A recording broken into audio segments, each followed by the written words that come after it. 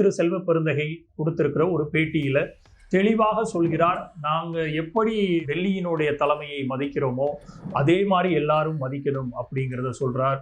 காங்கிரசினுடைய தமிழக தலைமையையும் மதிக்கணும் அப்படிங்கிறத தெளிவாக கூறுறார். ஆனா இந்த தலைமையை மதித்தல் அப்படிங்கிறத திரு மாணிக் தாக்கூர் அவர்கள் இடது கையால் அப்படி புறந்தல்றதை தான் நம்ம தொடர்ச்சியாக பார்த்து கொண்டிருக்கிறோம்.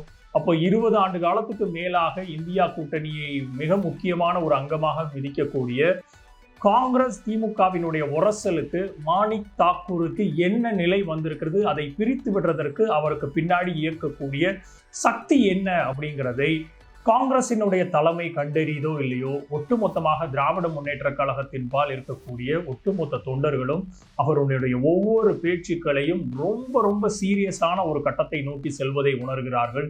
ஏன்னா இது RSSனுடைய பின்புலத்தில் பாஜகவினுடைய ஒரு கைக்கூலியாக திரு மாணிக் தாக்கூர் செயல்படுகிறாரா அப்படிங்கிற ஒரு பார்வையை தொடர்ந்து எழுப்பிக் கொண்டே வருகிறார்கள். இதற்கு மிக முக்கியமான காரணம், ஆட்சியில் பங்கு அதிகாரத்தில் பங்கு அப்படிங்கிறது மாநிலத்தினுடைய கொள்கைக்கு மட்டுமல்லாமல் திமுகவினுடைய ஒரு ஃபவுண்டிங் பிரின்சிபல், அதுதான் கோர் பிரின்சிபலாக இருக்கக்கூடிய மிக முக்கியமாக மக்களாட்சி தத்துவத்தில் அவர்களுக்கு வைத்திருக்கக்கூடிய பிரின்சிபலே மாநிலத்தில் மாத்திரம் கண்டிப்பாக சுயாட்சி தான், மத்தியில் வேணால் கூட்டாட்சி அப்படிங்கிற அந்த தத்துவத்தில் தான் அவர்கள் ஃபவுண்ட் செய்யப்பட்டு நிறுவனம் ஆரம்பிக்கப்பட்ட நிறுவனர் தலைவரில் இருந்து இன்று வரைக்கும் திமுகவினுடைய கொள்கையாக இருந்து கொண்டிருக்கிறது.